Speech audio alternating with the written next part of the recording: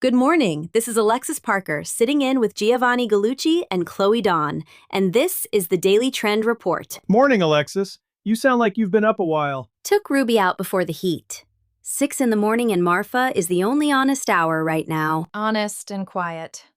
I'll allow it. Today, outdoor lifestyle brands, clean label food and beverage, and content, social, and AI. Let's get into it. So Kendall pulled the one I keep turning over, a brand called Dad Gang. Started with $750 and 100 hats.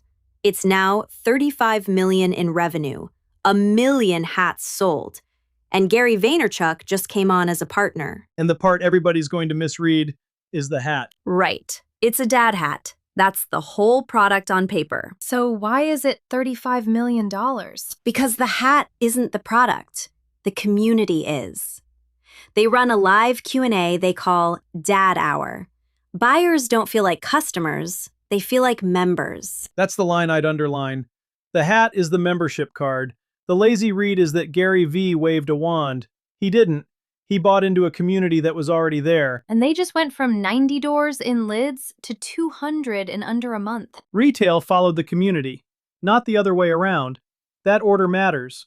Most brands beg for shelf space first, then wonder why nobody shows up. It reminds me of the Chicago bands I shot years back. The ones that drew a crowd weren't the best players. They were the ones who made the room feel like it belonged to everybody in it. That's it. A hat any factory can stamp out. A room that feels like yours, that's the thing a big label can't fake. So the takeaway isn't sell hats. No, it's build the room, then sell whatever you want in it. And the room doesn't have to be huge to work. No, 100 people who show up every week beats 10,000 who scroll past. The live format works because it's the one place the audience talks back in real time and you answer by name. That back and forth is the relationship. A polished feed is a billboard. The live show is a front porch. The trap is treating the live show like a chore, a standing obligation you dread by week 3. That's where most of them die. If you don't actually like talking to these people, they feel it through the screen. Show up because you want to, or don't start. And the quarter out move. Turn the regulars into the content. Pull a great line out of the chat, make it a post, tag the person who said it. Now the community is writing your feed for free, and they bring their friends to get featured next. Member becomes creator, becomes recruiter. That's the flywheel. A hat brand built it on $750. Your excuse just got a lot smaller. 3 things you can actually do today. 1. Start a standing live show on one platform, same day and same time every week, and let your most loyal buyers run the chat. The regulars become the membership. 2. Put a name and a face on the brand and answer your own comments by hand. Loyalty gets built in the comments, not the captions. 3. Give the community a name they'd wear, a handle, an inside phrase, a thing they call themselves, so every post is a membership card they're proud to flash. So Kendall and Jayme both landed on the same number this morning, and it stopped me. 9 in 10 households now keep a store brand product at home on purpose. Private label isn't the cheap backup anymore. It's a real choice. And the panic read is, great, now the grocery chain undercuts me on price and I'm finished. That's the read I want to kill. You will lose the price fight, every time. A store brand has a buyer with more leverage than you'll ever have. So you don't fight there. You fight where the store brand is mute. A private label has no founder, no face, no reason to exist past a margin target. It can copy your ingredient deck overnight. It can't copy a person. This is the die fight from the other direction. The giants caught up on the label, so the label stopped being the moat. Right. Don't sell the absence of a bad thing. Sell the presence of a real one. Name the grower, show the process, put the founder on camera sounding like an actual person. The premium grocers are even using their own store brands to make clean ingredients normal now. So clean is table stakes. Which is why provenance is the whole game. A store brand can print organic. It can't drive you out to the farm and introduce you to the family that grew it. And here's the part operators miss. That story isn't a one-time about page.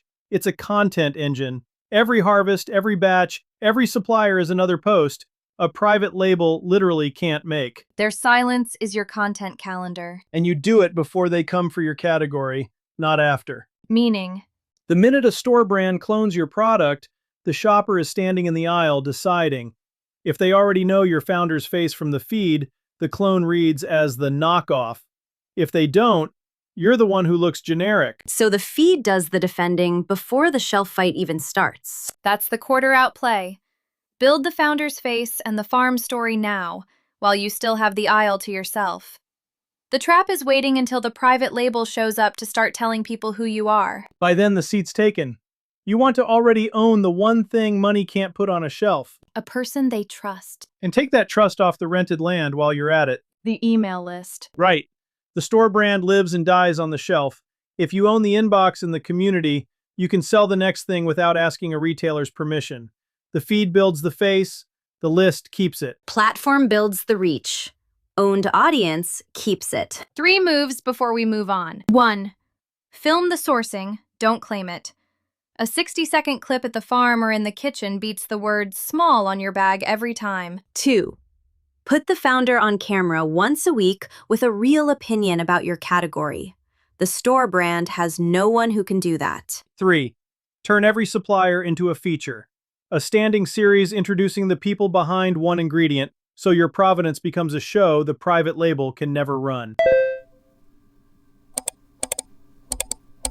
So Clark's report has the one I think operators read 2 years too late, so let's put it in front of them now. Lipton stopped building in-house social teams. In 6 markets, they handed the day-to-day over to a bench of local creators. And the numbers. 924 million views last year, up 281%. 3 times the reach per dollar of traditional ads. And everybody's about to say, sure, that's Lipton money. That's the reflex, and it's wrong. The lesson isn't the scale, it's the staffing logic, and the staffing logic scales down better than it scales up. Unpack that. Old way, you hire 1 social manager. Good at 3 platforms, mediocre at 2, burned out by month 9 because always on is a treadmill. The account goes dark in the handoff. You do it again in 18 months. The bench doesn't go dark. Right, 3 or 4 creators who actually use your product. One's busy, another steps in. You're not buying their hours, you're renting their fluency in their face. The founder pushback is always control. And the fix is the one thing nobody does. Write the voice down, 1 page. What you sound like, what you never say, the lanes you're allowed to play in. Lipton's crews worked because the brand gave them a lane and got out of the way. The brands that fail hire creators and then make them sound like a press release. You didn't rent the fluency to sand it off. And here's the timing. The platforms are building voice lock right in now. Set your colors, your fonts, your brand voice, and the AI respects it. So the operators who actually defined a voice can lock it in everywhere. And the ones who never did get generic slop and wonder why nothing lands. Your voice is the only unfair advantage you've got. This is the year it turns into a setting you flip on. What's the trap, though? There's always a trap. The trap is a bench of strangers with no glue. 5 creators posting in 5 directions and nothing reads like one brand. So the voice doc is the glue. The voice doc is the glue, and a shared group chat is the heartbeat. They have to feel like a crew, not 5 vendors sending you invoices. The brands that win this make the creators feel like members too. Same as the hat people. Same as the founder on the farm. It's the same lesson 3 times today. It is. Community is the moat, fluency is the product, and a written voice is the thing none of it works without. How do you even find the 3 creators? Look at who already tags you. The people making content about your category for free are auditioning and they don't know it. Pull the best ones, hand them the voice doc, pay them. You're not casting strangers.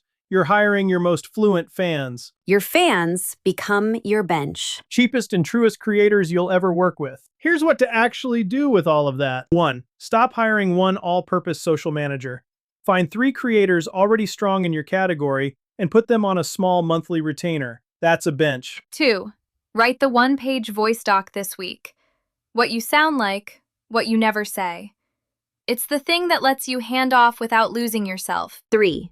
Grade reach per dollar, not posts per week. The minute you reward volume, you've started your own little race to the bottom. One more thing before we go. The thread today was simple. Build the community, put a real voice on it, and let a small bench of creators carry it. That's the work I do at gallucci.net. If you're an operator who wants organic social that sounds like a person and not a press release, I'll build the strategy and the creator bench right alongside you. Find me at gallucci.net or DM at gallucci.net on Instagram or LinkedIn. Talk tomorrow.